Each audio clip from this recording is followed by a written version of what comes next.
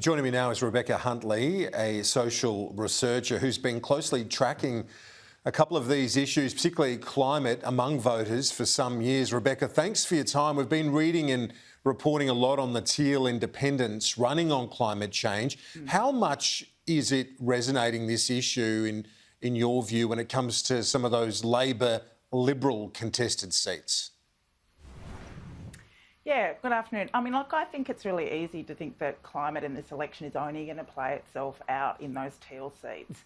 And we forget that there are other seats where there are quite small margins where climate is playing a role throughout the country. So you take a seat like Boothby in South Australia. Yes, there is an independent running there. It could be that it's very likely that climate might be one of the reasons why the Labor Party gets up there, or certainly why we see some frustrated swinging and Conservative voters decide to vote for change. In other seats like Macquarie, which we know is the most marginal seat in the country, held by I think about 300 or so votes, it's a seat that's been hit by fires and floods. It's a seat that's quite diverse.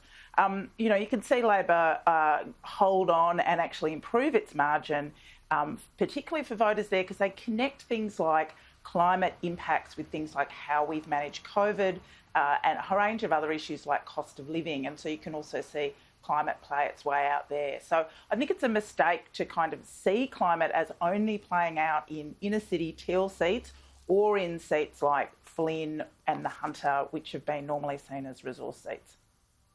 We're seeing at the moment the very potent issue of cost of living, particularly off the back of these high inflation numbers today and a looming rate rise. Where does the climate issue fit in the pecking order when it comes to things like the kitchen budget or the kitchen table budget?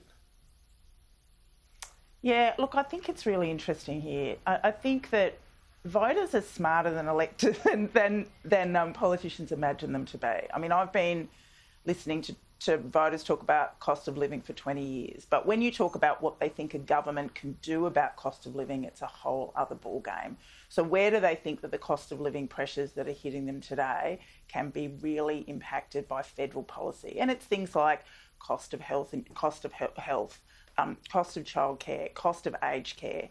They really don't think that there's much that, Scott Morrison can do about milk and petrol. They realise that that's about other things.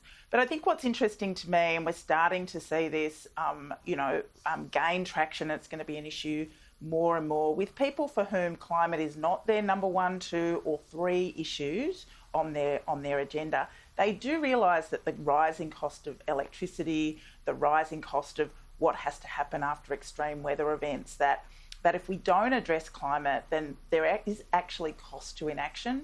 And on the other flip side, if we get the climate piece right, particularly this move towards renewables, then there is a payoff in terms of jobs, in terms of export opportunities, in terms of general prosperity, as well as energy. And finally, in terms of the policy, Labor's policy on a safeguard mechanism, it's been a vexed issue for Labor over a long period of time. Is it vulnerable to the critique, as put forward by the Prime Minister, that it's a sneaky carbon tax? Yeah, so this is fascinating. So to tell you the truth, I actually think these kinds of arguments right now for the voters that are going to decide this election, they're not 100% paying a huge amount of attention. There is already fatigue with this campaign out there in the electorate.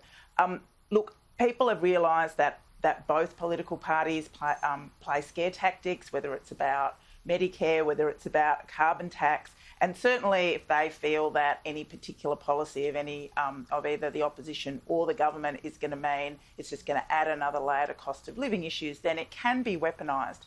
But they've seen this trick before as well, so I'm not sure whether it's quite as potent as it has been in the past. And also remember, we have moved on since the last time we had a scare tactic around a carbon tax or a death tax or Medicare. And so I don't necessarily think all of those tricks are quite as effective as people imagine. Rebecca Huntley, social researcher, also a member of the Labor Party's New South Wales State Executive. Thank you very much for your time today.